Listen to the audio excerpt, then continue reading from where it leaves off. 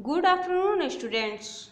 Today's our topic is language development. तो भाषा विकास या लैंग्वेज डेवलपमेंट पे बात करने से पहले हम भाषा को समझते हैं। आखिर भाषा क्या है? तो भाषा विचारों या भावों के आदान प्रदान का माध्यम है जिसके द्वारा हम अपने विचारों को दूसरे तक पहुंचाते हैं और दूसरे के विचारों को हम समझ पाते हैं। अब भाषा विकास में हम पढ़ेंगे कि आखिर क्या लिखा हुआ है।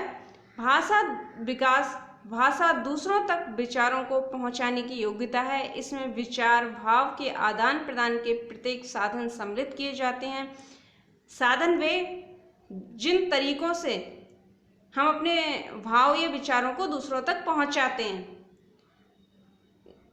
जैसे लिखा है, जिसमें विचारों और भावों के प्रतीक बना लिए जाते हैं जिससे कि आदान प्रदान के व्यापक रूप में भिन्न रूपों के अर्थ बताए जाते हैं। जैसे लिखित भाषा में हमारे पास रिटन में कोई संदेश आता है, लिखा हुआ होता है जो, तो हम उस लिखित संदेश के माध्यम से समझते हैं कि सामने वाला आखिर हमसे क्या कहना चाह रहा है, या हमें आवश्यकता है किसी को अपने विचारों को दूसरों तक पहुंचाने की, तो हम उसे लिख कर देंगे, तो इसे कहेंगे लिखित।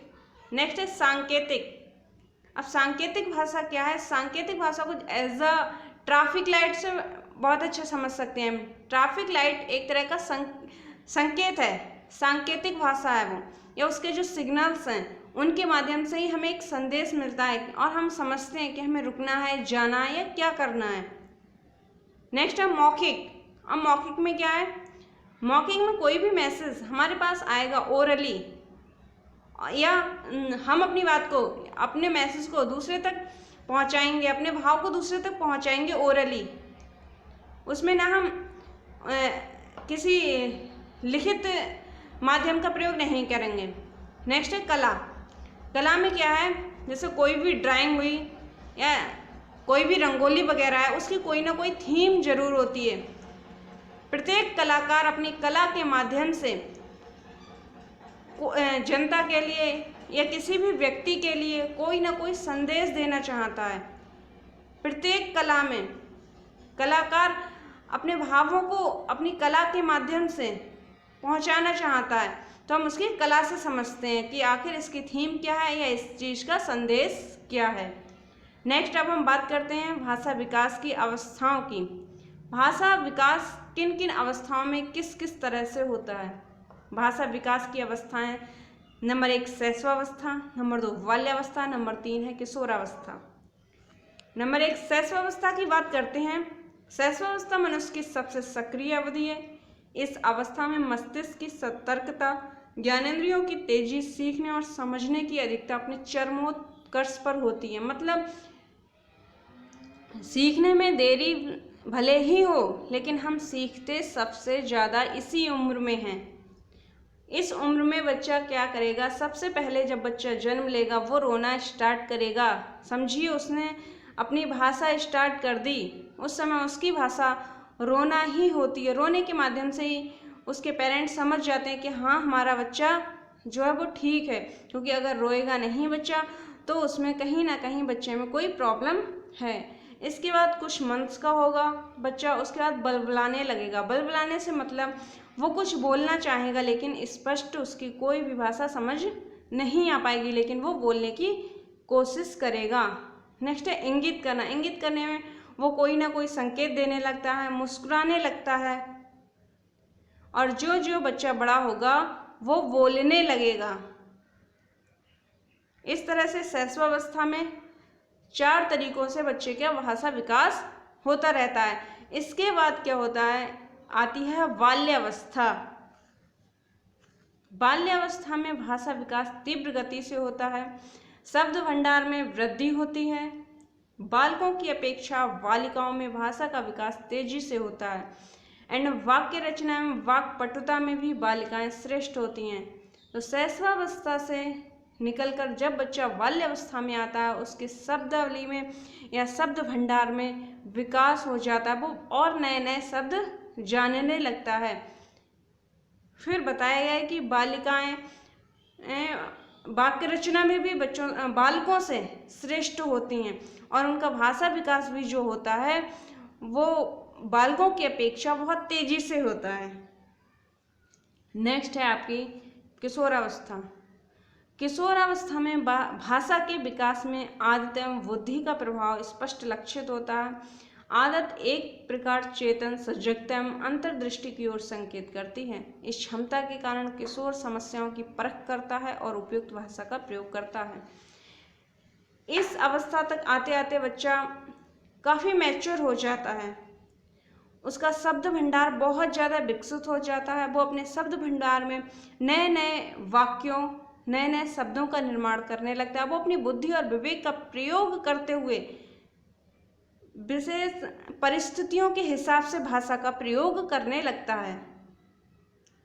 अब नेक्स्ट देखते हैं भाषा दोष। भाषा दोष क्या होता है? यदि बालक अपने स्वर यंत्रों पर नियंत्रण नहीं रख पाता तो उसमें भाषा दोष उत्पन्न हो जाते हैं। जब बच्चे का स्वर यंत्रों पर नियंत्रण ही नहीं होगा तो कुछ अक्षर बोलेगा और कुछ अक्षर निकलेगा।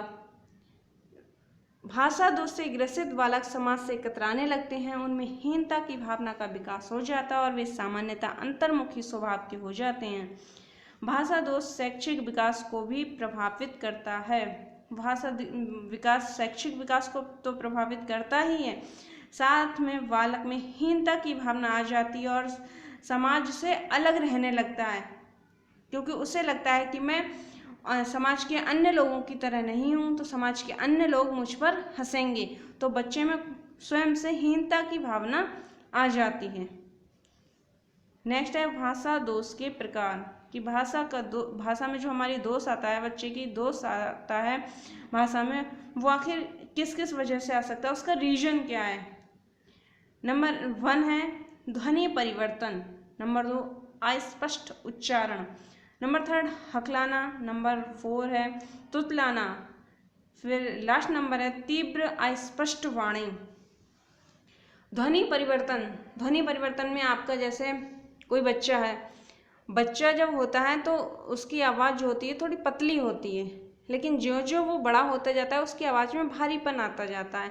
लेकिन कभी कभी ऐसा होता है कि जो बच्चा है वो यंग हो जाता है लेकिन उसकी भाषा जो है वो बच्चे के समान रह जाती है या बहुत ज़्यादा पतली होती है, तो ये भी भाषा दोष का एक प्रकार है। नेक्स्ट है अस्पष्ट उच्चारण।